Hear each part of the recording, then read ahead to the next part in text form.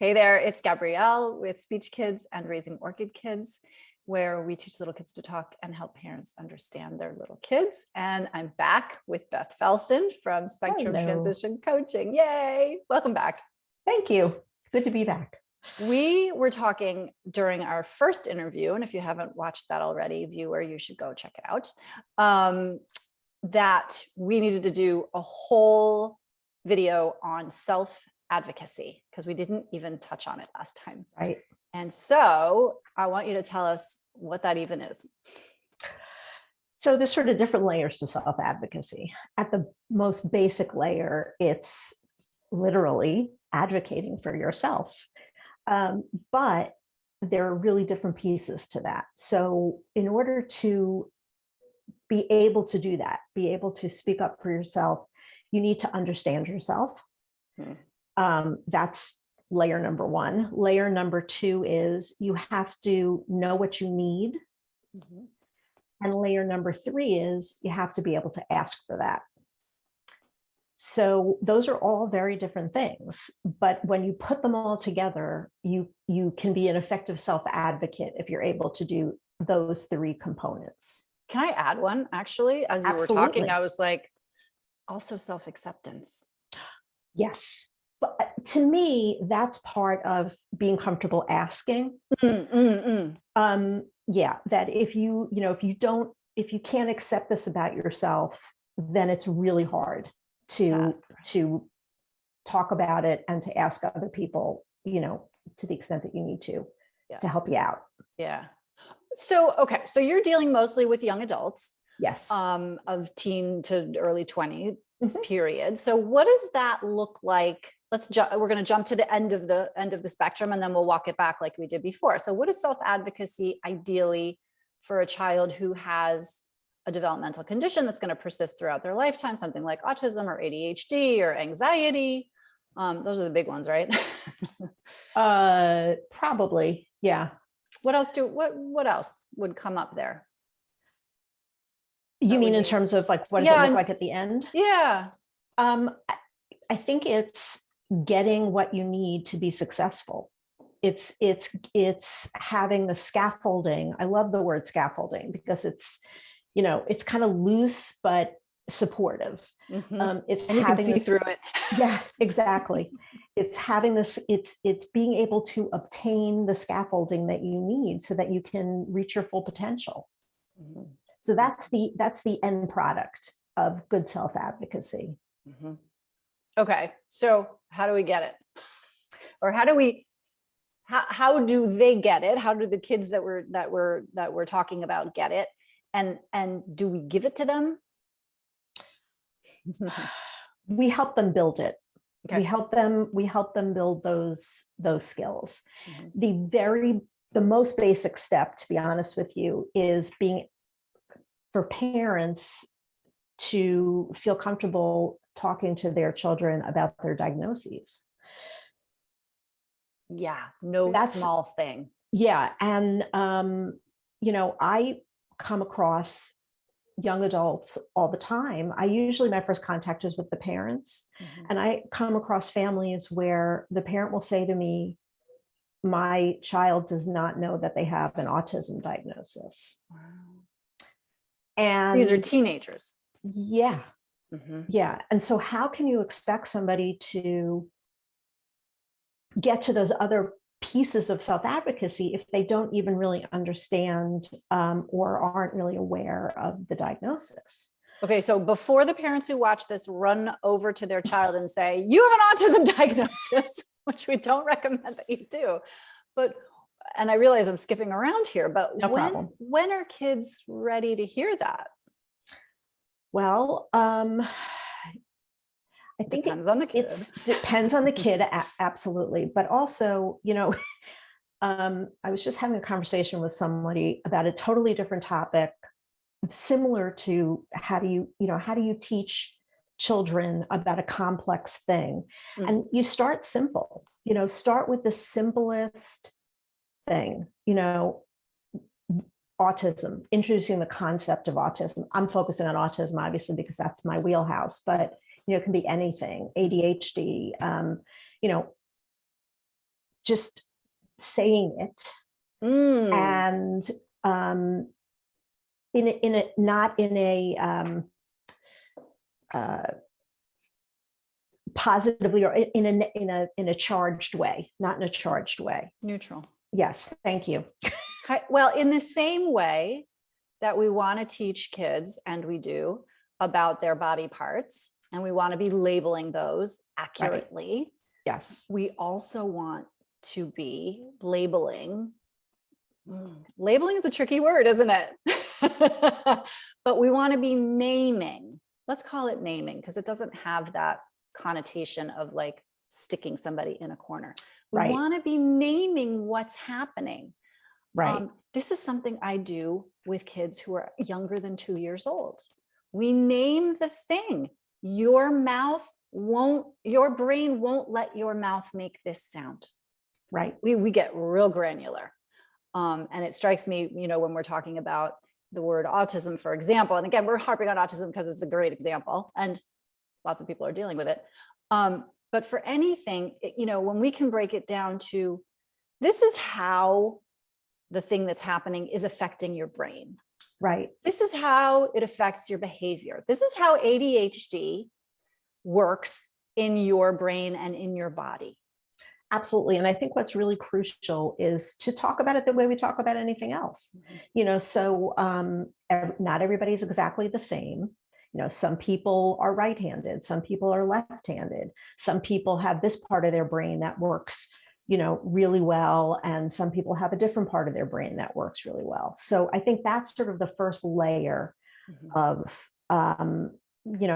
having your children understand and accept their diagnoses. That famous Temple Grandin quote about different, not less than. Yeah. And I think that's really critical here. Yep. It's there's a thought in my head that just flew away. So keep talking. So, okay. So, but again, when depending on the child, depending on the 7, 8, I would say you could even start at a certain level talking about it earlier than that. I think when children start to notice that there are some differences between the way that they see and do things and the way that their peers see and do things. If they get really anxious when meeting new people, talk about that. Yeah. And okay, this is one of my pet peeves. Don't talk about it as in you're shy. Talk about it as in your brain, body, you don't really like to meet new people. It feels scary to you. Right. And so again, we're like naming it, but not sticking it over there, not contrast. It's just like, here's what happens to you in this situation, right?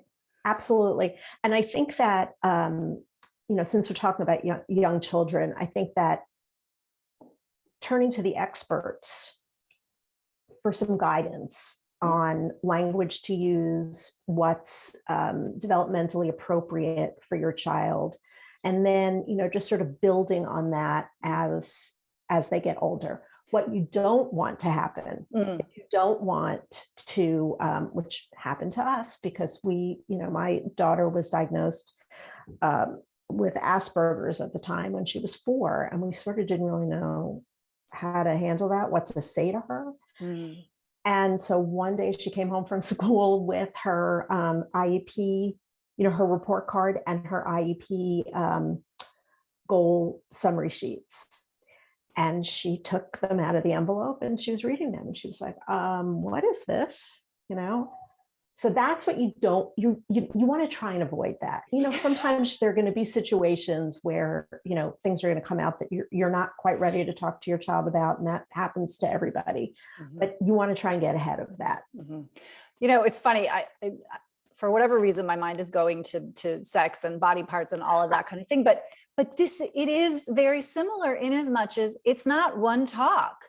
Right. It's many, many moments of setting the table for a comprehensive, cohesive, self-accepting yes. view of the world and one's place in it. Absolutely. So it is a little bit like sex ed.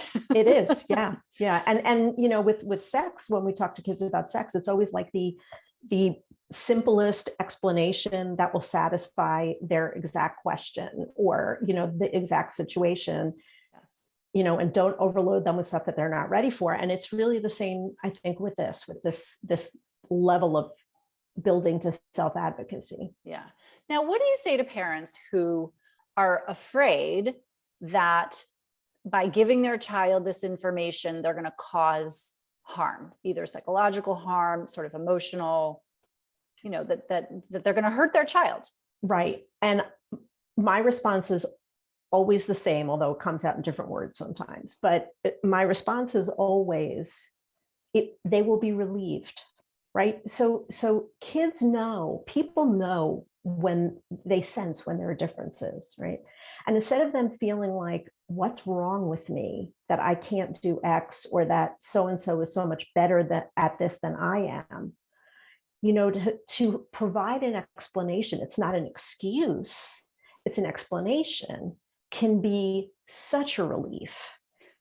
It's so interesting, right? There's this phrase that goes around, name it to tame it, right? And we use it with emotional processing, like, Yep. Oh, you're really mad. Sometimes just labeling that emotion will make you feel better. Yep. In the same way, right? Kids are noticing now. We were talking about this earlier in terms of like development. Age 4 is when kids are really starting to sort, right? Developmentally. So brains are designed to categorize because it makes things easier. And so kids are sorting, and they're sorting the kids who have long hair and short hair, and they're making meaning of that, because also our brains want to make meaning, right? And they're sorting the kids who have lighter skin and darker skin, and this color shoes that light up and shoes that don't. And it means nothing until the adults ascribe meaning, or until nobody says anything about it and the kids make their own meaning about it. And so what I hear you saying is, right, kids are noticing, kids who are neurodivergent have noticed that they're not as good as certain things, or that their brain works differently. They don't have the language or the words to put around that, but they have the feeling. And if none of us adults are saying anything about it, then they're just alone. Right, exactly. And I think one place, you're asking what age, what stage, when kids move from parallel play to, more, what's the other term, more interactive play, cooperative play. Yeah, cooperative play. Yeah. They, at first they don't kind of notice the difference, but at some point they will. And so for a lot of times for kids who are autistic, that's a very difficult transition for them to make. And sometimes it's a real point where, you can see some behavior stuff happening and things like that. So that's probably the first time that kids are really going to notice that there's something different. Let's talk about the neurotypicals for a second here, because in the families of kids with neurological differences, there are also likely to be other children who are more or less neurotypical. Yep. How do we build, number one, I think I'm curious about, like, how do we build self-advocacy generally in all kids? But then how are we helping, how are we setting up the siblings and the friends and the classmates for success in dealing with neurodivergent peers? Maybe that's a whole other podcast. I don't know. I think it might be. Okay. But I guess the short answer to a very broad topic for me would be the whole idea of acceptance. That everybody's different, and, you accept people for who they are. And, hopefully people are able to integrate that into their lives. And there are places where it tends to not happen as well, when kids are starting to be invited to birthday parties and things like that. And, you get out of that stage where, it's inviting the whole class. Right. Yeah.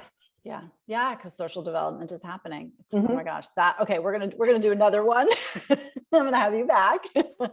For now though, in terms of like this self-advocacy piece, what I hear you saying is early and often. Yes. And will you walk us through those three stages again? Yeah. So it's understanding and accepting who you are, and then understanding what you need to be successful. And then the third stage is then being able to ask for those things. Yeah. I love it.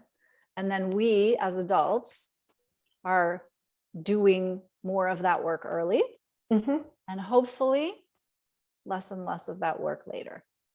Right. And so that's where, the whole concept of being a manager parent versus being an advisor parent really can come into play with self-advocacy. The idea is, at first you have to advocate for your child. They don't have the language, they don't have the understanding. A lot of times they're not getting the respect from the people who they need to advocate to.